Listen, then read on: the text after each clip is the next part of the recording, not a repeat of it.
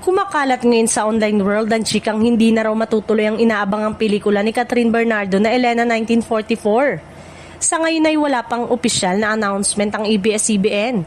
Film Production, Star Cinema at Black Sheep bilang sila ang mga producer sa nasabing pelikula, kaya mahirap paniwala ng maingay na ugong-ugong.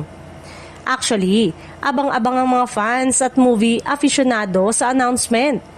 Pero lahat ay nagdarasal at umaasa na sana ay mali ang kumakalat na balita sa social media at sana i-announce na tuloy pa rin ang Japanese War period movie na ito. Wishful thinking nga ng solid fans ni Kat. Sana wag totally i-shelve ang project kung may problema man. Sana kahit delay lang muna. Total, super delay na rin naman ito. Kung matatandaan, inanunsyo na gagawin ni Catherine ang pelikula noong March 2023 pa. Super hopya ang fans na sana gawin na rin ito kapag planchado na ang lahat ng problema sa production kung meron man. Hinala ng netizen, baka budget daw ang problema kaya hindi matuloy-tuloy ang filming project. Marami nga ang nagsasuggest kay Mami Min Bernardo ni Kat na makibakas na rin ito sa pelikula bilang producer. Total, pumasok na rin naman ito sa pagpuproduce ng pelikula. Isa nga si Mami Min sa producer ng 51st Metro Manila Film Festival movie na Unmarried ni Angelica Panganiban.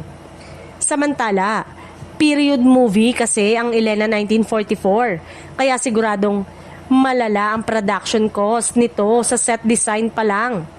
Props, costume at iba pang gastos. Marami nga ang nalungkot sa balibalitang kumakalat dahil naniniwala ang mga fans ng Asia Superstar na magandang nasabing proyekto na base sa Palangka Award-winning screenplay na sinulat ni Patrick Valencia. Excited pa naman ang fans at casual sa pelikula dahil naniniwala silang eto ang hahamon sa kakayanan ni Catherine bilang isa sa magaling na aktres at hindi lang siya highest grossing film star o undisputed box office queen. Noong 2016, ipinalabas ang huling movie nila together na Barcelona, A Love Untold. Ang buong akala kasi ng netizen ay all system go na para sa Elena 1944 dahil lumabas na rin ito ang ilang photo na kuha raw sa production meeting ng nasabing action drama period movie.